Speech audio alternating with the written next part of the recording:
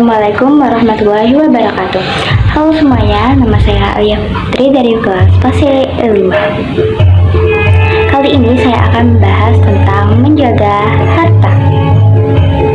Hibzu al-amal atau memelihara harta, yaitu hak al-amal atau hak bekerja. Hal ini tidak diterjemahkan sebagai upaya menjaga harta dari gangguan orang lain, tetapi hak ini juga diartikan sebagai hak seseorang untuk mendapatkan harta dengan cara yang halal. Melalui kepemilikan harta, seseorang bisa bertahan hidup ataupun hidup yang layak dan bisa beribadah. Oleh karena itu, Islam sangat memperhatikan masalah harta benda untuk menopang kehidupan manusia. Allah Subhanahu wa Ta'ala selalu memperingati umatnya untuk mencari pekerjaan dengan cara yang halal. Al-Quran mengistilahkannya dengan fadlullah yang artinya karunia Allah. Contoh-contoh menjaga harta. Yang pertama, menabung. Dalam konsep ekonomi sudah dijelaskan bahwa uang itu harus berputar. Berputar diartikan kalau uang terus disimpan akan terjadi inflasi. Namun dalam hadis sebenarnya sudah dijelaskan keutamaan dalam menabung.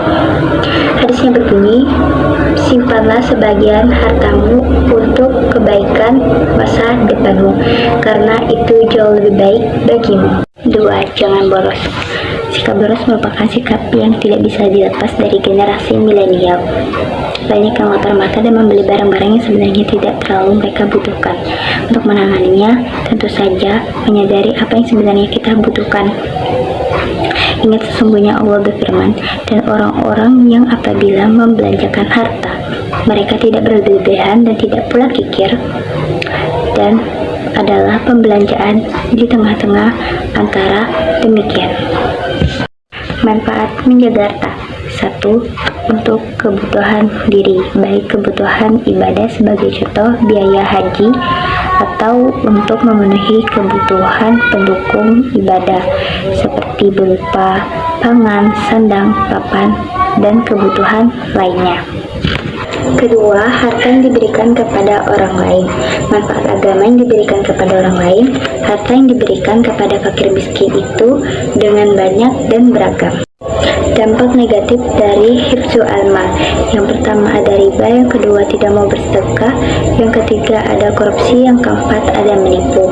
Saya akan menjelaskannya satu persatu. Riba adalah tambahan atau ketidakadilan yang batil atau tidak benar dari pokok dalam transaksi keuangan, terutama yang utang piutang atau jual beli yang dianggap menzalimi. Cara istilah, kikir merujuk sifat seseorang yang sangat enggan mengeluarkan hartanya untuk keperluan-keperluan yang disyariatkan dalam agama, contohnya bersedekah, membayar zakat, dan lainnya.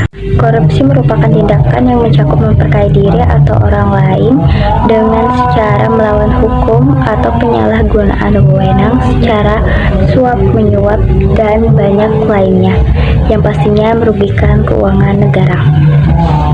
Menipu adalah tindakan curang yang dibuat secara sengaja untuk membuat seseorang percaya dengan hal yang palsu.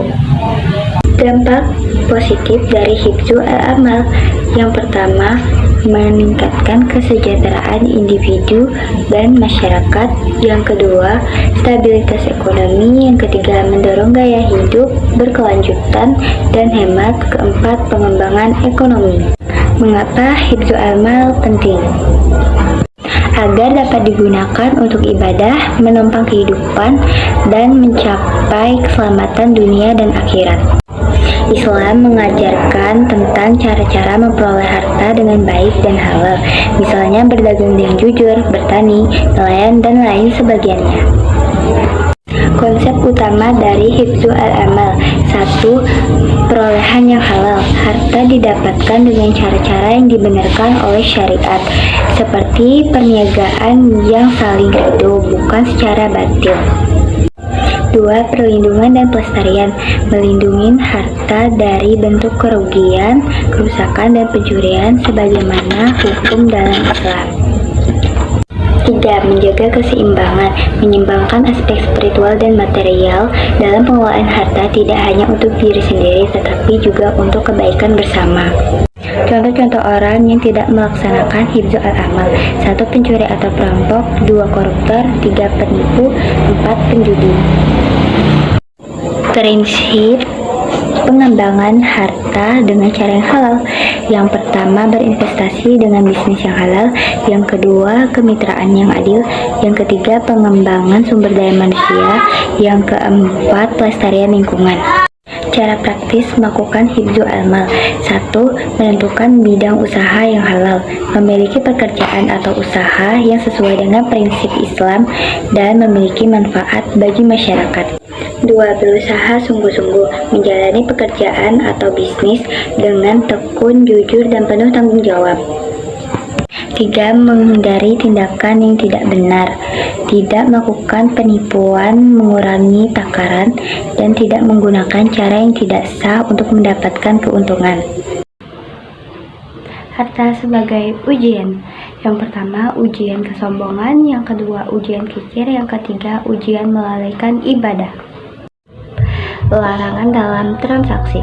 1. Gharar, misalnya menjual ikan dalam air yang belum pasti tertangkap. 2. Maisir, spekulasi tanpa dasar yang jelas dan melibatkan untung-untungan.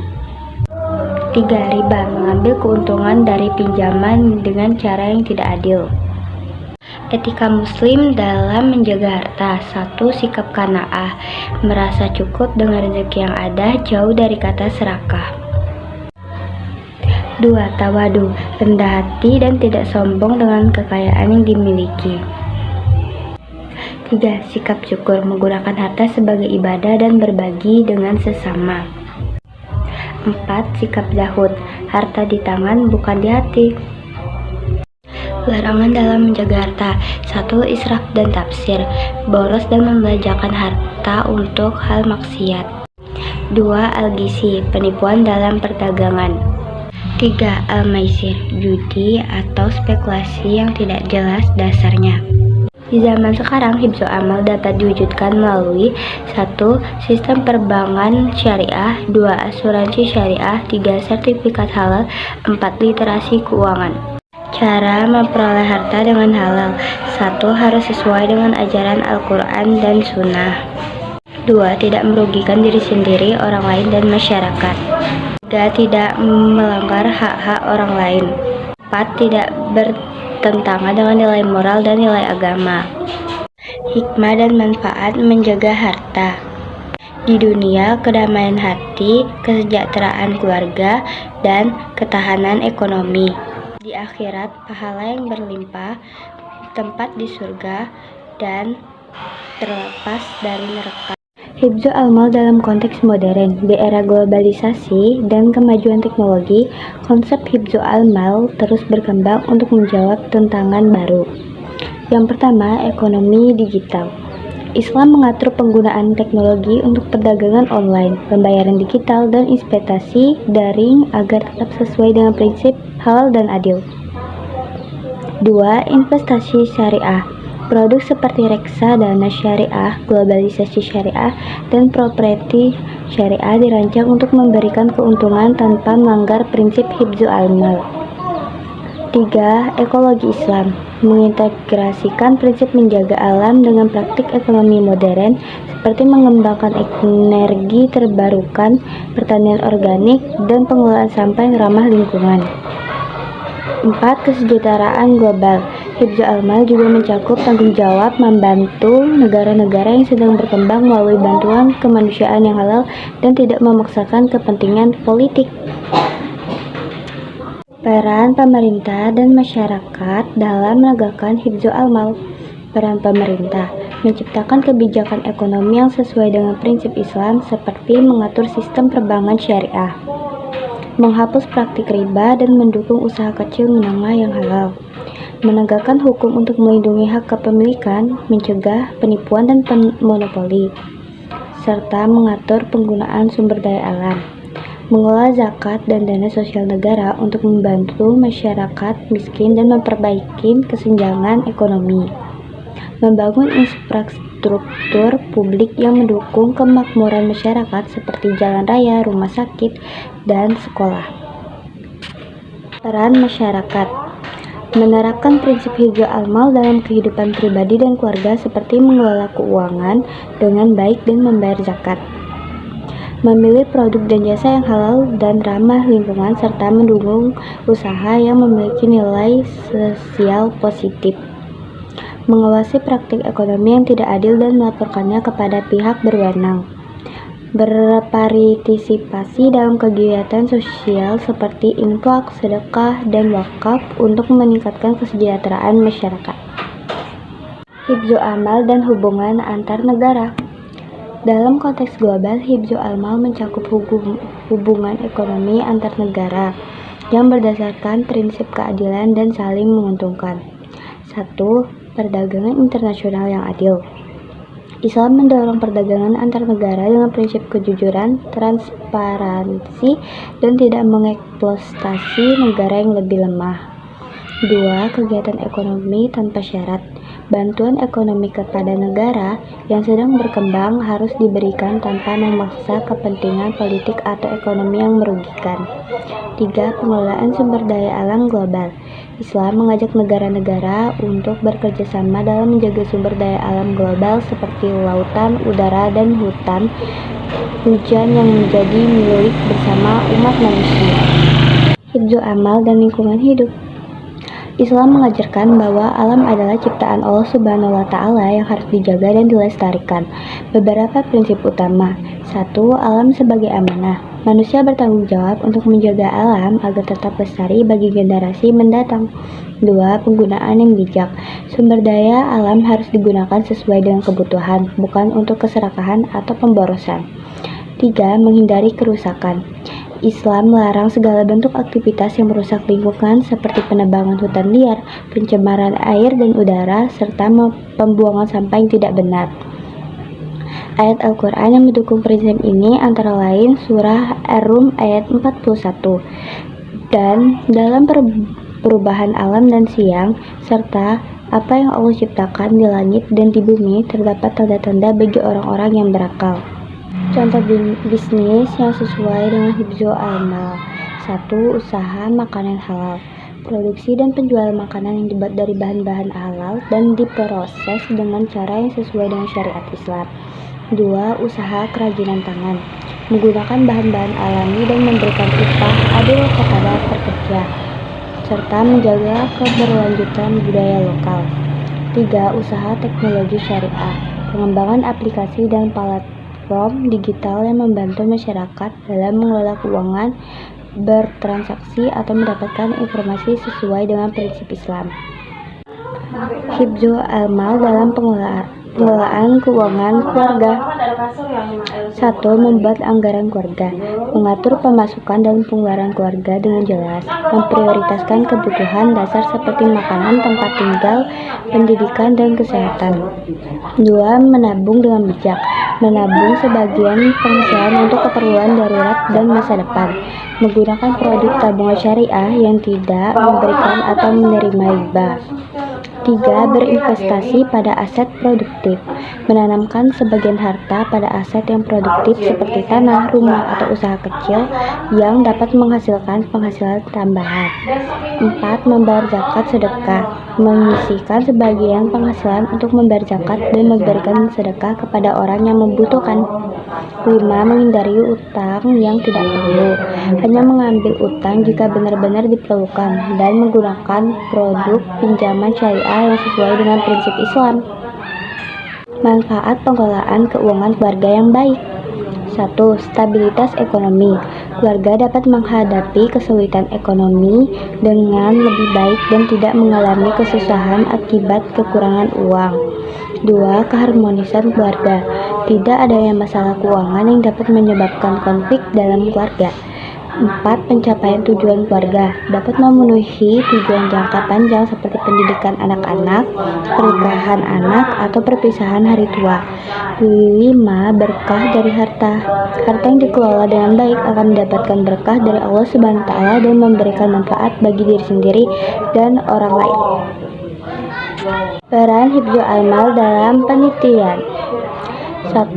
Penelitian tentang ekonomi Islam. Meneliti dan mengembangkan teori serta praktik ekonomi Islam yang sesuai dengan perkembangan zaman dan dapat memberikan solusi bagi masalah ekonomi global. 2. Penelitian tentang kelestarian lingkungan. Meneliti cara-cara untuk menjaga dan melestarikan sumber daya alam melalui teknologi dan metode yang sesuai dengan prinsip Islam. 3. Penelitian tentang kesejahteraan masyarakat. Meneliti faktor-faktor yang mempengaruhi kesejahteraan masyarakat dan mengembangkan program-program yang dapat meningkatkan kualitas hidup. Menjaga harta adalah bagian tak terpisahkan dari konsep hifdzul amal dalam ajaran Islam, yang tidak hanya berkaitan dengan menyimpan atau melindungi kekayaan secara fisik, tetapi juga mencakup seluruh rangkaian upaya untuk memperolehnya dengan cara yang halal, mengelolanya dengan bijak, memperolehnya dengan cara yang halal, mendistribusikannya secara adil, dan memastikan kelestariannya untuk keselamatan diri sendiri, keluarga, masyarakat, dan generasi mendatang. Islam mengakui bahwa harta adalah anugerah dari Allah Subhanahu wa Ta'ala yang diberikan sebagai amanah, sehingga setiap orang memiliki tanggung jawab untuk menjaganya dengan sebaik-baiknya. Harta harus dijaga dari kerusakan dan pemborosan. Melindungi harta dari kerusakan fisik, menyimpan barang-barang dengan baik, menjaga keamanan rumah dan tempat usaha, dan menggunakan barang-barang dengan fungsinya. Menghindari pemborosan, tidak membeli barang yang tidak diperlukan, tidak membuang makanan atau barang yang masih layak digunakan, dan tidak menggunakan energi atau sumber daya alam secara boros. Menjaga lingkungan hidup, tidak merusak sumber daya alam yang menjadi bagian dari kekayaan masyarakat, seperti tidak menebang hutan liar, tidak mencemari air dan udara, dan tidak menggunakan bahan-bahan yang membahaya bagi lingkungan. Melindungi kekayaan intelektual, menghargai hak cipta dan kekayaan intelektual orang lain, serta tidak menggunakan atau menyebarkan karya orang lain tanpa izin. Tujuan menjaga harta. Menjaga harta dalam Islam memiliki tujuan yang jelas dan terarah. 1. Menjamin kesejahteraan diri dan keluarga. Harta yang terjaga dengan baik dapat memenuhi kebutuhan dasar dan meningkatkan kualitas hidup diri sendiri dan keluarga. 2. Mendukung pelaksanaan ibadah. Harta diperlukan untuk menjalankan ibadah seperti membayar zakat, melakukan ibadah haji, membangun masjid, dan membantu orang lain dalam keperluan ibadah. 3. Menciptakan keadilan sosial. Dengan menjaga dan mendistribusikan harta secara adil dapat mengurangi kesenjangan ekonomi dan meningkatkan kesejahteraan masyarakat luas. 4. Membangun peradaban yang baik. Harta yang dikelola dengan benar dapat digunakan untuk mengembangkan pendidikan, kesehatan, infrastruktur, dan ilmu pengetahuan yang menjadi dasar pembangunan peradaban. 5. Memperoleh pahala di akhirat. Menjaga harta dengan cara yang sesuai dengan ajaran Islam akan memberikan pahala yang berkelanjutan di akhirat. Ini adalah prinsip dasar yang tidak dapat dikompromikan. Islam melarang segala bentuk cara memperoleh harta yang tidak benar seperti 1. Riba, bunga pinjaman atau simpanan yang tidak sesuai dengan prinsip Islam. 2. Judi, permainan yang mengandalkan keberuntungan dan menyebabkan kerugian bagi sebagian orang. 3. Penipuan, menjual barang yang tidak sesuai dengan deskripsi, menggunakan berat atau ukuran yang tidak benar, atau menyembunyikan cacat barang. 4. Pencurian, mengambil harta orang lain tanpa izin. 5. Perdagangan barang haram, seperti alkohol, obat terlarang, atau barang yang dibuat dengan cara yang tidak halal. 5. Eksploitasi, mengambil keuntungan dari kesusahan orang lain dengan memberikan upah yang tidak adil atau harga yang terlalu mahal. Aspek utama dalam menjaga harta. 1. Perlindungan fisik dan keamanan. Simpan barang berharga di tempat yang aman seperti lemari besi, brankas, atau tempat penyimpanan yang memiliki sistem keamanan. Gunakan asuransi untuk melindungi harta dari risiko seperti kebakaran, pencurian, atau kerusakan akibat bencana alam. Lakukan pemeriksaan dan perawatan rutin terhadap harta berwujud seperti rumah, kendaraan, atau peralatan agar tidak cepat rusak. 2. Pengelolaan keuangan yang baik. Catat semua pemasukan dan pengeluaran untuk mengetahui arah aliran uang. Pisahkan yang uang untuk kebutuhan sehari-hari, tabungan, investasi agar tidak boros. Hindari utang yang tidak perlu dan kelola hutang yang ada dengan tepat agar tidak memberatkan. 3. Pengembangan nilai harta. Lakukan investasi pada instrumen yang sesuai dengan risiko yang dapat ditanggung seperti deposito, saham, atau properti untuk membuat harta tumbuh. Tingkatkan kemampuan diri melalui pendidikan atau pelatihan karena kemampuan adalah harta yang dapat menghasilkan pendapatan lebih banyak di masa depan. Manfaatkan harta yang dimiliki secara produktif, misalnya menyewakan rumah kosong atau menggunakan peralatan usaha menghasilkan keuntungan. 4. Perlindungan harta non-material. Jaga kesehatan dengan pola makan sehat, olahraga rutin, dan pemeriksaan medis berkala, karena kesehatan adalah modal utama untuk meraih dan menjaga harta lainnya. Jaga hubungan baik dengan keluarga, teman, dan rekan kerja, karena dukungan sosial merupakan harta yang tidak ternilai saat menghadapi kesulitan. Lindungi data pribadi dari informasi penting agar tidak disalahgunakan oleh orang yang tidak bertanggung jawab, terutama di era digital saat ini. Selain aspek utama yang sudah dijelaskan sebelumnya, ada beberapa hal penting lainnya yang perlu diperhatikan dalam menjaga harta agar tetap terjaga dengan baik dan memberikan manfaat jangka panjang. Yang pertama, perencanaan masa depan. Buat rencana keuangan jangka pendek dan panjang. Tentukan tujuan keuangan seperti membeli rumah, pendidikan anak, atau persiapan pensiun. Lalu siapkan langkah-langkah untuk mencapainya. Siapkan dana darurat. Simpan uang setara dengan 3-6 kali pengeluaran bulanan untuk menghadapi keadaan tak terduga seperti kehilangan pekerjaan atau biaya medis pendadakan, sehingga tidak perlu menjual harta berharga secara tergesa-gesa. Perhatikan pembagian warisan. Buat surat wasiat atau rencana pembagian harta agar harta yang kamu miliki dapat diteruskan dengan baik kepada keluarga atau orang tersayang sesuai keinginanmu. 2. Kesadaran terhadap risiko. Hindari investasi yang tidak jelas. Jangan tergiur oleh janji keuntungan besar dalam waktu singkat tanpa memahami risikonya, karena hal ini dapat menyebabkan kerugian besar, bahkan kehilangan seluruh harta. Perhatikan peraturan hukum. Pastikan semua aktivitas terkait harta seperti pembelian properti, usaha, atau investasi sesuai dengan peraturan yang berlaku, agar tidak terkena denda atau masalah hukum yang dapat merusak harta kamu. Jaga keamanan digital. Untuk harta yang ada di platform digital seperti uang, elektron, saham online, atau aset kripto, gunakan kata sandi yang kuat. Aktifkan autentikasi 2 faktor dan hindari mengakses akun melalui jaringan publik yang tidak aman. 3. Pengelolaan harta bersama. Jika kamu memiliki harta bersama dengan pasangan atau keluarga, lakukan komunikasi terbuka tentang cara mengelolanya. Buat kesepakatan bersama mengenai pengeluaran, tabungan, dan investasi agar tidak terjadi konflik. Pisahkan harta pribadi dengan harta usaha jika kamu menjalankan bisnis sendiri. Hal ini bertujuan untuk melindungi harta pribadi jika bisnis mengalami kesulitan keuangan. 4. Nilai harta yang tak terlihat. Pengembangan jaringan. Hubungan dengan orang-orang di berbagai bidang dapat menjadi harta berharga dengan membantu kamu mendapatkan peluang bisnis, informasi investasi, atau dukungan saat diperlukan. Reputasi pribadi dan bisnis.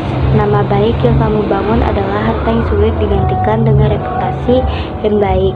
Kamu akan lebih memilih mendapatkan kepercayaan dari orang lain, baik dalam urusan keuangan maupun bisnis. Kesimpulannya, menjaga harta dalam Islam adalah suatu kewajiban yang memiliki makna yang sangat luas dan mendalam. Tidak hanya tentang menyimpan atau melindungi kekayaan secara fisik, tetapi juga tentang memperoleh dengan cara yang halal, mengelolanya dengan bijak, mendistribusikannya secara adil, dan memastikan kelestariannya untuk keselamatan umum. Dengan menjaga harta sesuai dengan prinsip Islam, seseorang tidak hanya akan mendapatkan kesejahteraan di dunia, tetapi juga memperoleh pahala yang berkelanjutan di akhirat. Dalam menghadapi tantangan zaman yang semakin kompleks, penting bagi setiap orang untuk memperkuat pemahaman tentang prinsip-prinsip Islam dalam menjaga harta dan menerapkannya dalam kehidupan sehari-hari. Dengan demikian, kita dapat membantu menciptakan masyarakat yang lebih adil, makmur, dan sejahtera.